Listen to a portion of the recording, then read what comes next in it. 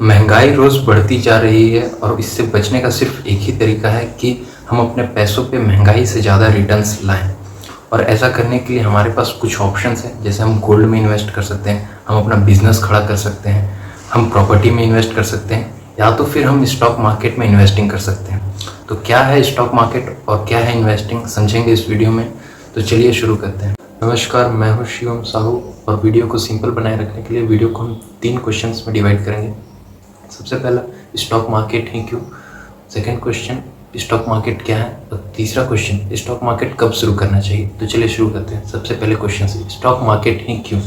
तो देखिए, ये जो गोल्ड हो गया, गोल्ड में आप भी जानते हैं, मैं भी जानता हूँ कि हम इन्वेस्ट भी करेंगे तो आज से 10 साल के बाद वो सिर्फ 2 गुना या 3 गुना ज़्यादा से ज़्यादा हो सकता है, उससे ज़्यादा उसकी पोटेंशियल ही नहीं।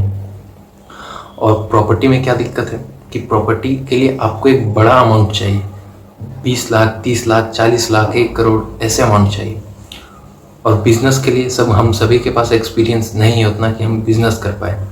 तो इन सभी प्रॉब्लम्स का सॉल्यूशन है स्टॉक मार्केट। कैसे? तो ये गोल्ड से ज़्यादा रिटर्न्स देता है, 10 गुना, 20 गुना, 30 गुना, 40 गुना तक होते हैं।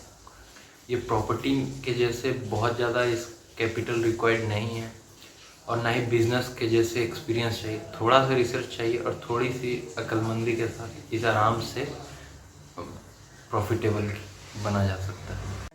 अब बढ़ते हैं सेकंड क्वेश्चन की ओर कि स्टॉक मार्केट क्या है। तो स्टॉक मार्केट में एक वर्ड आ रहा है मार्केट, और मार्केट में वो जगह होती है जहां हम किसी चीज़ को बेचते हैं या खरीदते हैं।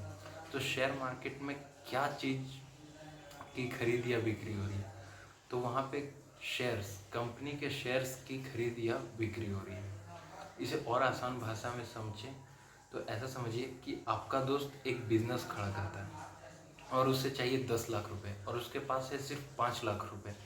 अब वो बाकी के 5 लाख या तो बैंक से लोन ले सकता है, या तो आपका दोस्त आपके पास आता है और बोलता है कि अगर मेरे कंपनी में अगर तुमने 5 लाख रुपए लगाए तो इसके 50% के मालिक तुम हो गए। अब मान लीजिए वो तो आपका दोस्त है इसीलिए आप तक पहुंच गया।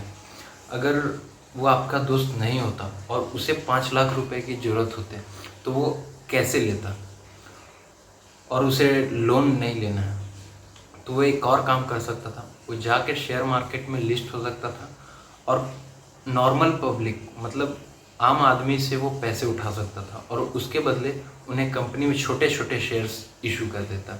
जैसे उसे 5 लाख की ज़रूरत थे तो 5,000 शेयर्स इशू कर देता और वो 5,000 लोगों से पैसे उठा लेता।